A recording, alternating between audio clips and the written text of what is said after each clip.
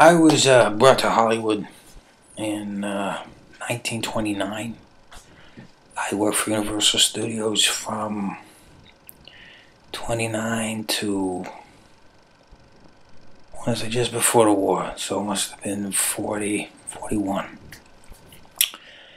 I've been brought up from New York, and my job was to write what was known in those days as additional dialogue. And basically what I did was, I wrote the zingers. I wrote the one-liner. I did a little punch-up work for Capra and Kanan, and finally got in the contract to Universal. And in 1930, I remember the name of Matty Ulm coming up. Truth be told, there were rumors, even before Frankenstein, rumors about who really directed Dracula that were, pretty common. It was kind of common knowledge that Todd Browning was really not responsible for that. That the man was too far gone, too much of a lush to actually have taken the helm on that picture.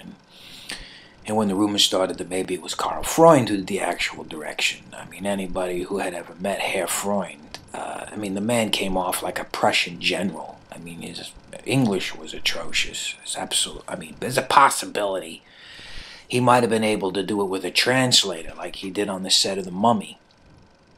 He had a little white-gloved minaret guy there that, translated all his direction. But really, truth be told, Matty Ulm was on the set of Frankenstein every single day, always standing between Mr. Whale and Mr. Karloff. And, I was on set, granted this is 20 years ago, I was a much younger man, but I was on set, for filler dialogue, just in case they needed a line or two. And several times I saw Mr. Whale do a take and call cut, and then confer with Matty Ulm. And the two of them would whisper back and forth in very civilized tones, and I'll be damned if they didn't redo the take. So, you always wondered. You always wondered.